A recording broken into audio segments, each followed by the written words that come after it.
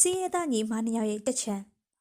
ရှိတဲ့ဘူးရွာမှာအန်နီတာနဲ့ဂီတာတို့ညီမနှစ်ယောက်နေထိုင်ကြပါတယ်။သူတို့ငယ်ငယ်လေးကလေးကသူတို့ရဲ့မိဘတွေကဆုံးသွားရှာပါပြီ။မိဘတွေမရှိတော့တဲ့နောက်ပိုင်းမှာသူတို့ညီမနှစ်ယောက်ကတအုပ်ကိုတအုပ်အပြန်အလှန်ဆောက်ရှောက်ရင်နေကြရပါတယ်။သူတို့မှာဆွေမျိုးသားချင်းဆိုလို့လည်းဘယ်သူမှမရှိပါဘူး။ညီမနှစ်ယောက်ကမိဘတွေပေးထားခဲ့တဲ့ရာခင်းတွေမှာစိုက်ပျိုးရေးလုပ်ရင်းဘဘကိုအေးအေးဆေးဆေးဖြတ်တန်းနေကြပါတယ်။အဲဒီရွာမှာပီယံကားလို့ခေါ်တဲ့တထေးသမီးတယောက်လည်းနေထိုင်ပါတယ်။ပီယံကားရဲ့အဖိုးဖွားတွေကပီယံကားအတွက်အမွေတွေအများကြီးပေးထားခဲ့ပါတယ်။ပီယံကားကသူမရဲ့အမွေတွေကြောင့်အယမ်းမာနာထောင်လွှားပါတယ်။ဒါပေမဲ့တရွာလုံးအတွက်စံစပါးစိုက်ပျိုးရေးကပီယံကားရဲ့အိမ်ကလူတွေပဲလုပ်တာပါ။အဲဒါကြောင့်ပီယံကားဘလောက်ပဲ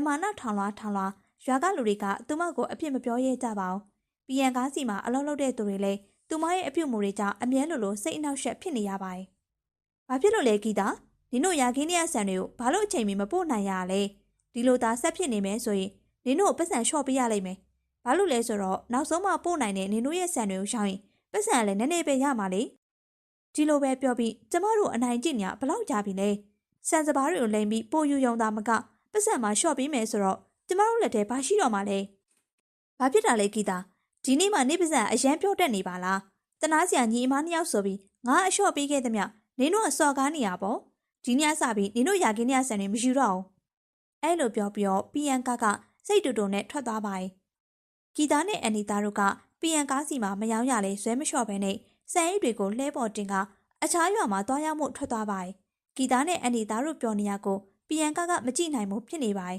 ။အဲဒါကြောင့်သူမကငါတားမြစ်ထားတဲ့အလုပ်ကိုတော့မှနင်တို့အေးစစ်စစ်လုပ်နိုင်နေပေါ့ဟုတ်လားငါတီးမခံနိုင်တော့ဘူး။အဲ့လိုနဲ့ညရောက်တော့ပီယံကားကသူ့ရဲ့အလုပ်သမားတွေကိုခေါ်ပြီးဂီတာတို့ရာခင်းနဲ့သွားပြီးစေးတချို့ဖျားလိုက်ပါတယ်။စေးကြောင့်ရှိနေတဲ့စပားတွေပါပျက်စီးသွားတဲ့အပြင်စပားပင်အစ်စ်တွေလည်းထပ်ဆိုင်လို့မရတော့ပါဘူး။ဒီလောက်ကောင်းတဲ့စပားပင်တွေဘာလို့ပျက်စီးသွားရတာလဲ။အစ်စ်လည်းဘာလို့မဆိုင်ရတာလဲဆိုပြီးစဉ်းစားရင်းနဲ့ညီမနှစ်ယောက်လုံးလည်းစိတ်ဆင်းရဲနေပါတယ်။မမကြီးညီမရာခင်းတွေပေါ့ထပ်ပြီးအပြိုးကျဲထားတယ်။ဒါပေမဲ့စပားပင်သေးသေးလေးတောင်မပေါက်ဘူးဖြစ်နေရဲ့။ညီမတို့ရာခင်းတွေဘာဖြစ်သွားလဲမသိပါဘူး။အဲ့လိုပြောကအန်နီတာကအဆငေါ်ပါရယ်။ပတ်စံမရှိပေမဲ့လည်းဘသူစီယာမှလက်ဖြတ်မတောင်းပဲဒီရာခင်းလေးနဲ့ပဲအဆင်ပြေတယ်လို့လှုပ်ရှားခဲ့ရတာ။အခုဘာဆက်လို့ရတော့မလဲအန်နီတာကြီးမမလည်းဘာလို့ရမှန်းကိုမသိတော့ပါဘူး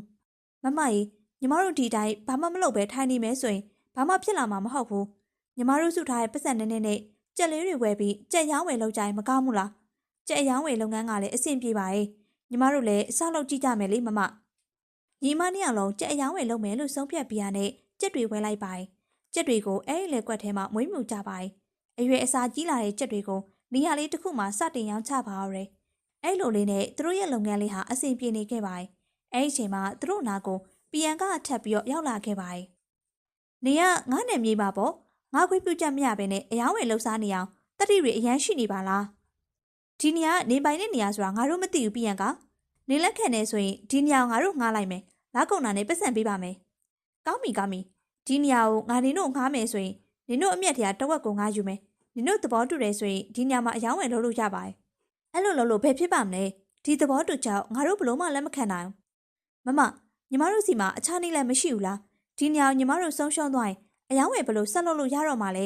မမကြီးလက်ခံလိုက်ပါနော်မဟုတ်ရင်ညီမတို့အလုပ်ရက်သွားလိုက်မယ်နောက်ကိစ္စနောက်မှရှင်းကြတာပေါ့အန်နီတာကဂီတာကိုဟိုလိုဒီလိုပြောပြီးလက်ခံလာလုပ်လိုက်ပါတယ်ဂီတာကလည်းအပေါ်ယံစိတ်နဲ့လက်ခံတယ်လို့ပြောလိုက်ပါတယ်ပီယံကပြန်ရင်းနဲ့ကြက်တွေနှစ်ကောင်လောက်ကိုယူသွားပါသေးရဲ့အဲ့ဒါကိုကြည့်ပြီးဂီတာကလည်းမခံနိုင်မှုဖြစ်နေပါတယ်အန်နီတာကဂီတာအခုလိုစိတ်ဆင်းရဲနေရကိုမကြည့်ရပါဘူး။အဲအားကြောင့်ပီယံကကိုပညာပေးဖို့နီလန်ကောင်းကောင်းတစ်ခုကိုစဉ်းစားလိုက်ပါတယ်။မမကြီးမမလုံးဝစိတ်ညစ်မခံပါနဲ့။အဲ့ဒီပီယံကမောက်ပညာပေးဖို့နီလန်ကောင်းကောင်းလေးတစ်ခုညီမစဉ်းစားထားတယ်။မမညီမပြောတဲ့အတိုင်းသာလုပ်လိုက်ပါ။အဲ့လိုပြောပြီးညီမနှစ်ယောက်ကကြက်တွေကိုအစာကျွေးဖို့ထုံးစံအတိုင်းလဲကွက်ထဲကိုခေါ်သွားပါတယ်။လဲကွက်ထဲမှာကြက်တွေကအစာလဲစားရင်ဥလဲဥချပေးပါတယ်။အဲ့ဒီကြက်တွေကကြက်တကောင်ရဲ့ဥဟာရွှေရောင်လိုဝင်းဝါနေပါတယ်။အဲ့ဒီတောင်ကတယောက်ကနေတယောက်ပြန့်နှံ့ရင်နောက်ဆုံးပီယံကစီရောက်သွားပါတယ်။အဲ့ဒီသတင်းကိုကြားတာနဲ့ပီယံကချက်ချင်းပဲဂီတာနဲ့အန်နီတာတို့ရဲ့ကြက်ချန်စီကိုရောက်လာပါတယ်။ဂီတာငါကြားလာတဲ့သတင်းကအမှန်ပဲလား။နေ့ရဲ့ကြက်တွေကတကယ်ပဲရွှေဥတာလား။ဟုတ်တယ်မမပီယံကကြီးကျမတို့လည်းအခုကိစ္စမယုံနိုင်ဘူးဖြစ်နေရ။အဲ့ဒါကြောင့်ကျုပ်တလုံးကိုဗရိန်စရာကြီးစစ်ကြည့်ခိုင်းထားတယ်။အဲ့အရာတွေကတကယ်ရွှေစစ်တွေတဲ့။ဒါပေမဲ့အဲ့ဒီရွှေကျဲဥတွေကိုဘလောက်နဲ့ရောင်းရမှန်းညီမတို့မသိဘူးဖြစ်နေလို့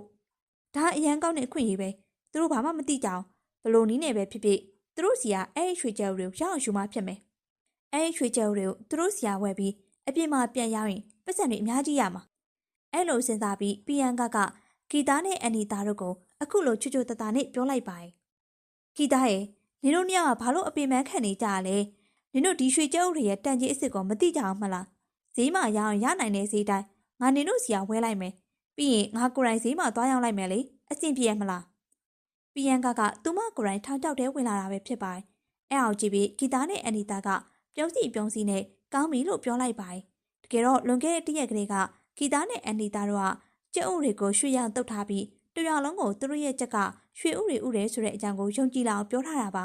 ပဒိန်ဆရာကလည်းသူတို့မတရားခင်ရတယ်ဆိုတဲ့အကြောင်းပြောပြီးသူတို့ဘက်မှာပအောင်လှုပ်လိုက်ပါတယ်ပီယန်ကလည်းရွှေကြက်ဥကရွှေအစ်စ်ဟုတ်မဟုတ်ပဒိန်ဆရာကိုတက်တက်လေးသွားမိပါတယ်ပဒိန်ဆရာကလည်းစီစဉ်ထားတဲ့အတိုင်းရွှေအစ်စ်လို့ပြောလိုက်ပါတယ်ပီယန်ကလည်းဂီတာနဲ့အန်နီတာကိုအယူလုံနိုင်ပြီးဆိုပြီးအယံဝတ်တာနေပါတယ်အဲ့ဒါကြောင့်တပတ်တစ်ခါလာပြီးအဲ့ဒီရွှေကြက်ဥတွေကိုဝဲသွားပါတယ်အဲ့လိုနည်းနဲ့ပီယန်ကကိုငါကအပေးရတဲ့ပတ်စံကိုပီယန်ကစီကနေပြန်ရနေပါတယ်ငါဒီရွှေကြက်ဥတွေဝဲနေရရက်အတော်ကြာနေပြီရွှေကြက်ဥတွေကိုမြ мян ရပြီးပတ်စံမြ мян ဝအောင်လုပ်ရမယ်အဲ့လိုစဉ်းစားပြီးတော့ပီယန်ကအဲ့ဒီရွှေကြက်ဥတွေကိုဈေးမြ мян နဲ့တထေးတယောက်ကိုရောင်းဖို့ကြိုးစားပါအောင်တယ်ဒါပေမဲ့အဲ့ဒီတထေးကအရန်လေပါတယ်သူကအဲ့ဒီဥတွေကိုပီယန်ကစီကမဝဲခင်အရင်စစ်ခိုင်းပါတယ်အဲ့ဒီအခါကျမှပီယန်ကသူ့ကိုရောင်းနေတဲ့ဥတွေရွှေအစ်စ်မဟုတ်မှန်သိသွားပါတယ်ရွှေရောင်တုတ်ထားတဲ့တာမန်ရိုးရိုးကြက်ဥတွေပဲဖြစ်ပါတယ်ပီယန်ကသူ့ကိုတစ္ဆာဖောက်တယ်လို့ယူဆပြီးအဲ့ဒီကောင်တဲ့ကပီယန်ကအချုပ်ထဲထည့်လိုက်ပါတယ်ကိုအကျိုးစီးပွားကောင်းဖို့တခုတည်းနဲ့သူများတကောင်ဒုက္ခပေးရင်အခုလိုအဖြစ်မျိုးနဲ့ကြုံရတတ်ပါတယ်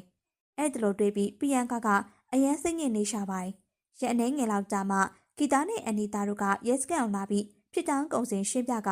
ပီယန်ကအချုပ်ထဲကနေခေါ်ထုတ်သွားပါတယ်အဲ့ဒီနောက်မှာတော့ပီယန်ဘသူ့ကိုမှစိတ်အနှောက်အယှက်မပေးတော့ပါဘူးပီယန်အားလုံးကိုကံကောက်မွန်မွန်နဲ့ဆက်ဆံပြီးသူတက်နိုင်တဲ့ဘက်ကနေလည်းကူညီပေးပါအောင်တယ်